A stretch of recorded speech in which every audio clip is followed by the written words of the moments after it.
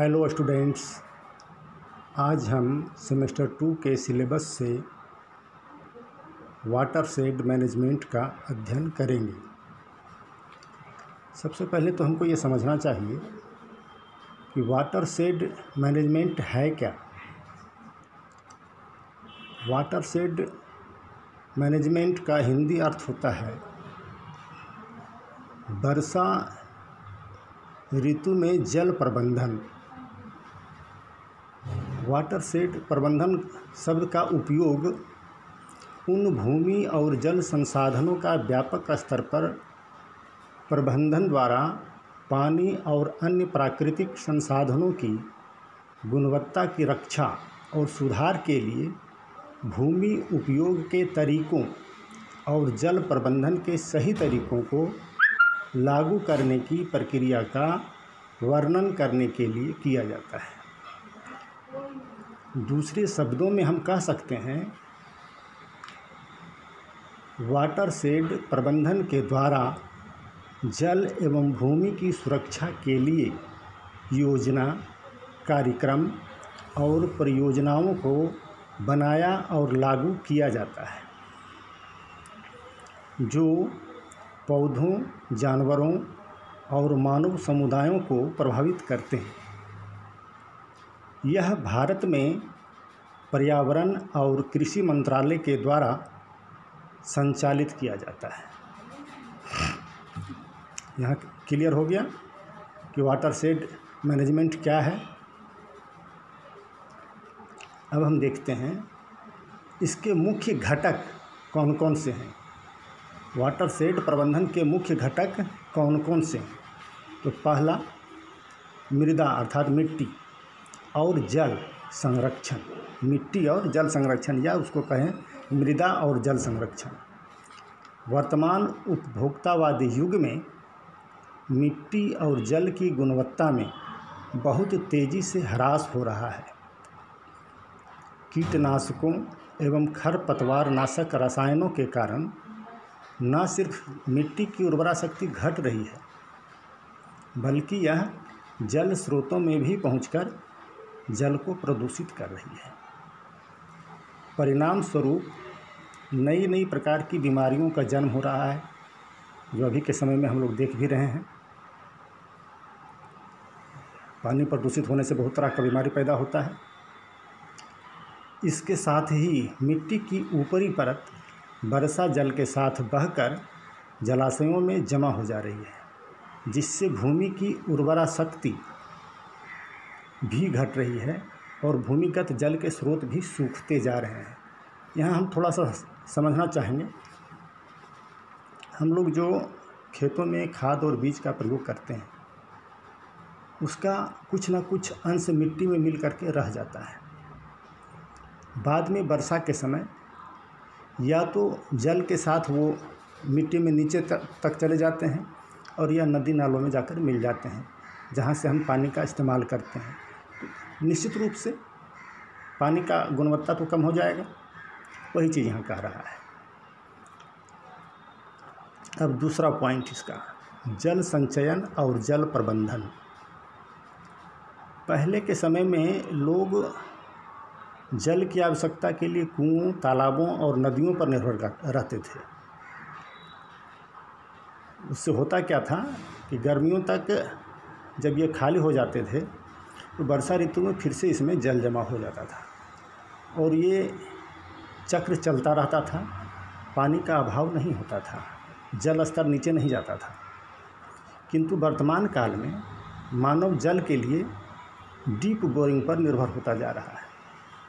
हम देखते हैं आज से 15-20 साल पहले तक ही आप अपने बड़ों से अगर बात करेंगे, पूछेंगे तो वो बताएंगे कि 30-40 फीट में बोरिंग कराने पर पानी खूब बहुत आराम से निकलता था।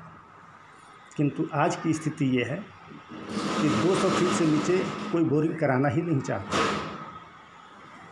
तो जब हम बहुत अधिक नीचे से पानी उठाते हैं तो ऑटोमेटिकली उसके ऊपर का जल स्तर ख़त्म हो गया।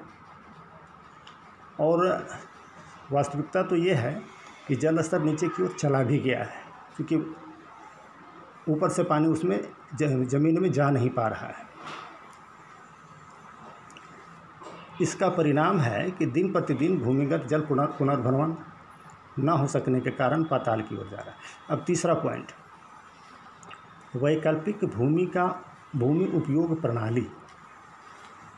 वैकल्पिक, बढ़ती हुई जनसंख्या भोजन प्राप्ति के लिए जंगलों को काटकर एवं जलाकर उस भूमि पर कृषि कार्य करती है, किंतु फसल प्राप्ति के पश्चात उस भूमि को यूं ही छोड़ दिया जाता है, जिससे वह कृषि भूमि अनुपजाऊ हो जाती है।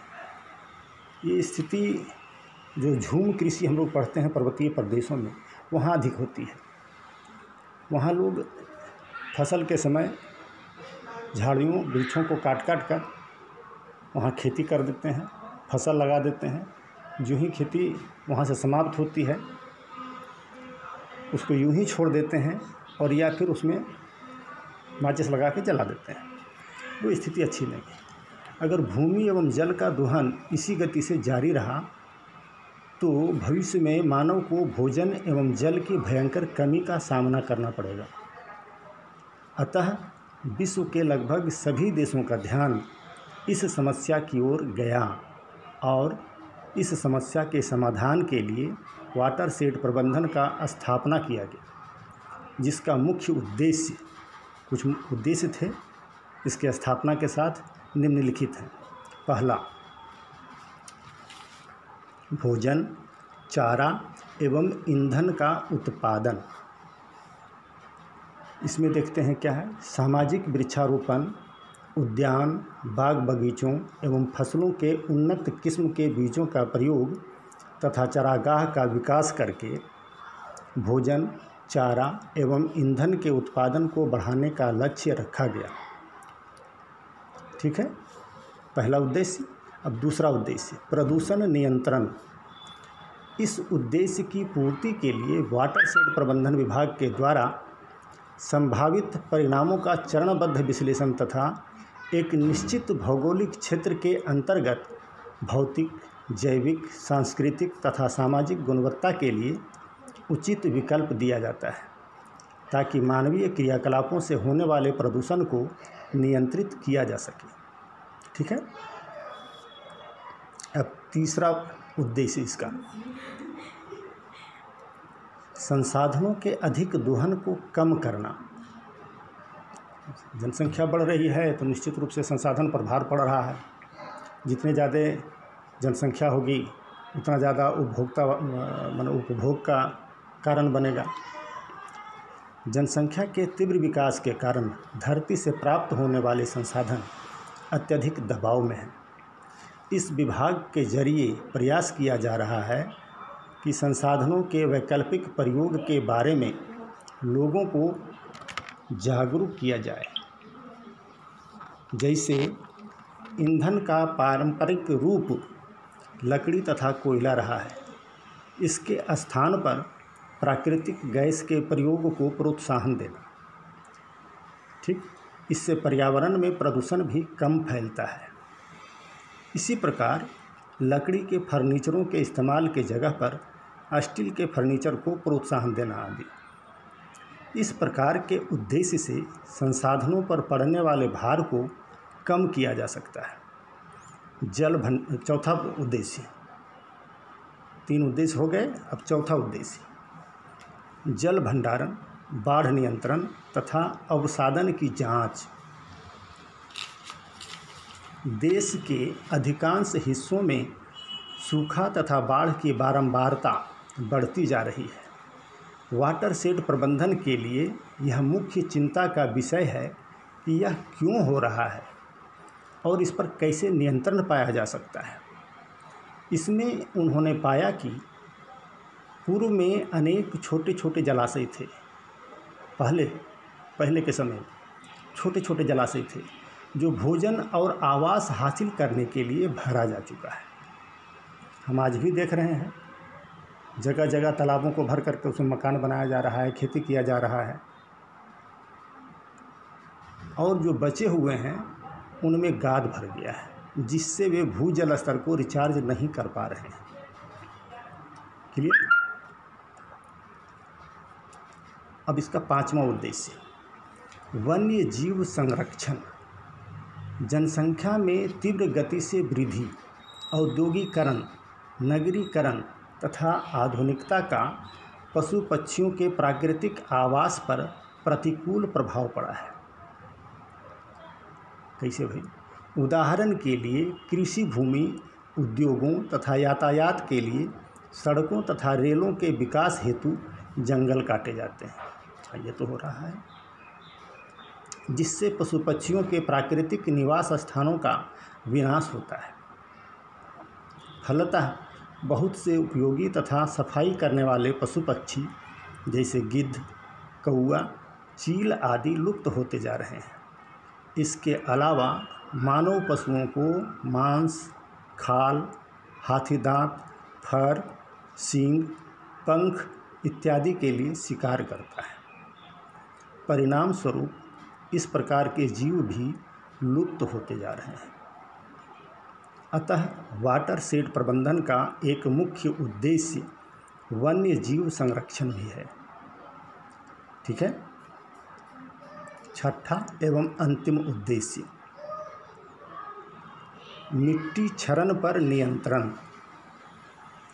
जो आपका एक टॉपिक है, यही पेपर 1 में वो भी पढ़ना है, सॉइल इरोजन, मिट्टी क्षरण। भारत तथा चीन की लगभग 60% कृषि भूमि मिट्टी क्षरण से प्रभावित है। अकेले भारत में ही प्रतिवर्ष लगभग 6000 मिलियन टन मिट्टी का क्षरण होता है। इसका मुख्य कारण तेजी से ह्रास होते जा रहे जंगल हैं। अतः जंगलों को लगाकर मिट्टी क्षरण को रोकना भी इनका मुख्य उद्देश्य है। इसके अलावा खपत और उद्योग के साथ साथ सिंचाई के लिए नियमित रूप से भूजल का पुनर्भरण तथा औद्योगिक विकास, डेयरी मत्स्य उत्पादन के माध्यम से रोजगार सृजन करना भी इसके मुख्य उद्देश्यों में सम्मिलित है। उपरोक्त अध्ययन से यह स्पष्ट हो जाता है कि वाटरशेड प्रबंधन के कई उद्देश्य हैं, किंतु सारे उद्देश्य एक दूसरे से जुड़े हुए हैं। इन उद्देश्यों को एक दूसरे से अलग नहीं किया जा सकता है। बस। हेलो स्टूडेंट्स, आज हम सेमेस्टर 2 के सिलेबस से वाटरशेड मैनेजमेंट का अध्ययन करेंगे। सबसे पहले तो हमको ये समझना चाहिए कि वाटरशेड मैनेजमेंट है क्या। वाटरशेड मैनेजमेंट का हिंदी अर्थ होता है वर्षा ऋतु में जल प्रबंधन। वाटरशेड प्रबंधन शब्द का उपयोग